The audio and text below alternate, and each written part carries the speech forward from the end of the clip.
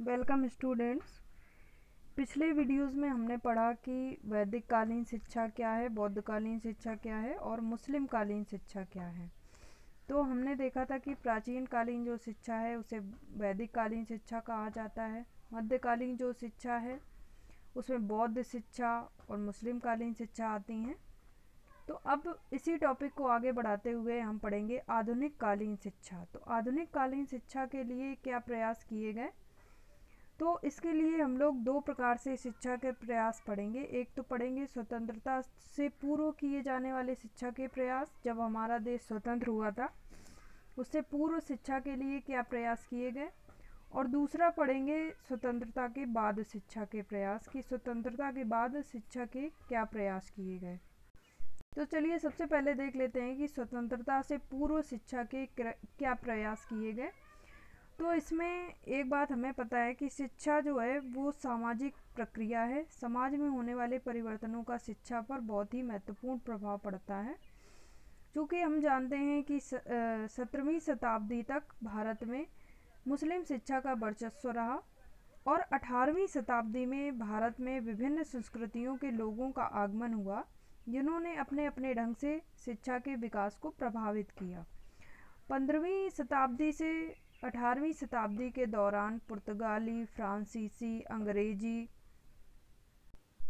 आदि लोग आए, जिनका जो मुख्य मकसद था वो था व्यापार करना और ईसाई धर्म का प्रचार करना। अब उन्हें ये बात पता थी कि अपने धर्म का प्रचार करने के लिए और व्यापार में तरक्की करने के लिए एक महत्वपूर्ण साधन है शिक्षा। तो उन्होंने इन लक्ष्यों को पूरा करने के लिए अपना महत्वपूर्ण साधन बनाया शिक्षा को। मतलब उन्होंने अपने लक्ष्य को पूरा करने के लिए शिक्षा को माध्यम बनाया। सर्वप्रथम ईसाई मिशनरियों ने मिशनरी स्कूल खोलकर भारत में आधुनिक शिक्षा का प्रारंभ किया। इसके बाद ईस्ट इंडिया कंपनी के अधिकारियों ने महारानी के आज्ञा पत्र से तंजौर, कलकत्ता, कानपुर, मद्रास, बम्बई में दानाश्रित मतलब दान पर आधारित विद्यालय खोले, और जहाँ पर निर्धन वर्गों को निःशुल्क शिक्षा दी जाती थी। जो कि गरीब लोग हैं उनके लिए निःशुल्क शिक्षा की व्यवस्था की गई थी। अब स्वतंत्रता की पूर्व शिक्षा के प्रयास में जो सबसे पहला कदम था वो था 1813 का आज्ञा पत्र। तो 1813 का आज्ञा पत्र बहुत ही महत्वपूर्ण टॉपिक है। 1813 के आज्ञा पत्र में भारत को शैक्षिक विकास के लिए एक नई दिशा मिली। जैसे इसमें भारतीय साहित्य और विज्ञान की प्रगति के लिए प्रतिवर्ष 1 लाख रुपए की धनराशि व्यय के लिए निर्धारित की गई। अब इस धनराशि के व्यय को लेकर दो विचारधाराएं सामने आई। एक थी पाश्चात्यवादी विचारधारा। इसके अनुसार भारत में यूरोपीय ज्ञान और सभ्यता का प्रचार अंग्रेजी भाषा के माध्यम से किया जाए। पाश्चात्यवादियों का विचार था कि भारत में यूरोपीय ज्ञान और सभ्यता का प्रचार जो है वो अंग्रेजी भाषा के माध्यम से किया जाए। अब यहीं पर दूसरी विचारधारा उत्पन्न हुई जो थी प्राच्यवादी विचारधारा, प्राचीन विचारधारा। इसके अनुसार कहा गया कि भारतीय साहित्य को मातृभाषा या फिर क्षेत्रीय भाषाओं में पढ़ाया जाए। तो इन दोनों विचारधाराओं के बीच में विवाद उत्पन्न हुआ। इस विवाद को कहा गया प्राच्य पाश्चात्य विवाद। ये क्वेश्चन कभी कभी पूछ लिया जाता है कि प्राच्य पाश्चात्य विवाद कहाँ से उत्पन्न हुआ, कब उत्पन्न हुआ। तो ये कब उत्पन्न हुआ, ये 1813 के आज्ञा पत्र के दौरान उत्पन्न हुआ, जिसमें दो विचारधाराएं थीं। एक थी प्राच्यवादी विचारधारा और एक थी पाश्चात्यवादी विचारधारा। अब जो प्राच्यवादी थे वो कहते थे कि भारतीय संस्कृति, दर्शन, धर्म भारतीय भाषाओं में सुरक्षित है, इसीलिए भारत में अपना साम्राज्य सुरक्षित करने के लिए हमें भारतीय साहित्य को सुरक्षित रखना होगा। वहीं पर पाश्चात्यवादियों का कहना था भारतीयों का उद्धार पाश्चात्य संस्कृति के द्वारा ही संभव है। इसके द्वारा वो ऐसे लोगों का वर्ग तैयार करना चाहते थे जो शरीर और मन से तो जो शरीर और वेशभूषा से तो भारतीय हों लेकिन मन से अंग्रेज हों। मतलब जिनका शरीर और वेशभूषा भारतीय हो लेकिन उनके विचार अंग्रेजों वाले हों,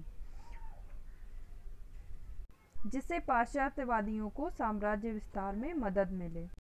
इसी दौरान मैकाले ने निस्यंदन सिद्धांत दिया था। निस्यंदन सिद्धांत था कि केवल उच्च वर्गों को शिक्षित किया जाए, निम्न वर्ग अपने आप शिक्षित हो जाता था, क्योंकि उनका मानना था कि उच्च वर्गों से शिक्षा छन कर निम्न वर्गों में अपने आप पहुंच जाती है। उनके अनुसार साहित्य शब्द का अर्थ अंग्रेजी साहित्य से था, न कि संस्कृत, अरबी, फारसी के साहित्य से। उनके अनुसार भारतीय विद्वानों का मतलब उन विद्वानों से था जो अंग्रेजी भाषा के दर्शन से परिचित हों।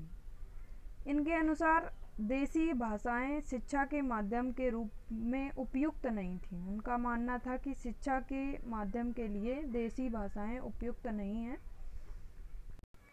उन्होंने लिखा कि भारत में प्रचलित देसी भाषाओं में साहित्य एवं वैज्ञानिक ज्ञान कोश का अभाव है। वे कैसी हैं? वे अविकसित एवं गंवारू हैं।